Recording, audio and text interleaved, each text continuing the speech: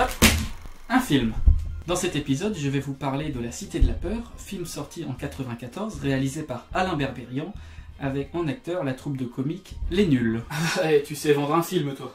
C'est-à-dire Alain Chabat, Dominique Farrugia et Chantal Lobby. Voilà, je préfère. Dans celui-ci, nous allons suivre l'histoire d'une attachée de presse, Odile de Ray, qui essaye de vendre aux critiques le film Red is Dead, qui est tout pourri avec un méchant communiste. Faire une blague sur les communistes, tu veux vraiment courir le risque là ? Red is Dead est un film totalement nanardesque, mais il va réussir à passer au Festival de Cannes. En effet, durant la projection de celui-ci, le projectionniste va se faire tuer de la même manière que dans le film. Ça va donc le rendre célèbre. Profiter des dramas pour se faire de l'argent. Mais c'est pas du tout dans la nature humaine ça. Si.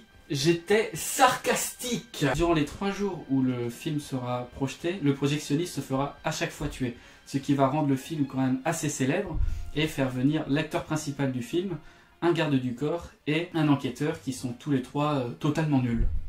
Mais tu veux vraiment qu'on le voit ce film ou pas? Eh bien oui, parce que c'est une comédie totalement absurde et irréaliste, ce qui le rend totalement à mourir de rire. Dès le début on sait qui est le tueur, mais on regarde pas le film pour savoir qui c'est, on s'en fiche totalement. On le regarde pour tout ce qu'il y a autour et qui nous fait totalement mourir de rire, comme je l'ai dit. Un film qui se spoil tout seul.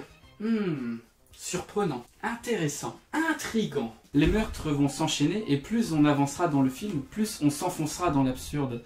C'est totalement irréaliste et on ne regarde vraiment pas ce film pour réfléchir. On perd totalement la notion du sérieux et c'est ça qui est drôle. Ouais, bon, c'est pour se marrer à bon coup, quoi. À un moment, ils font une course-poursuite et il arrête pas de péter. Excellent. C'est un film idiot, mais intelligent dans sa construction. Parce qu'un film qui est juste débile, ça n'aurait pas trop de sens. On appellerait ça Bip Bip et le Coyote. La version live de Bip Bip et le Coyote. Waouh, pas excellent, non. Donc, à mon avis, La Cité de la Peur est une super comédie française débile. Et elle surpasse de loin plein de préjugés scénaristiques qu'on pourrait reprocher au cinéma français. Juste à regarder en famille et pour se marrer un bon coup, quoi. Voilà, ça c'est vendre un film. Bref, regardez-le et vive le cinéma. J'espère que cet épisode vous aura plu. Il y en a d'autres qui s'affichent grâce à des petites vignettes que je vais mettre là. Et le plus important, partagez cette vidéo si vous l'avez appréciée et je vous dis à bientôt.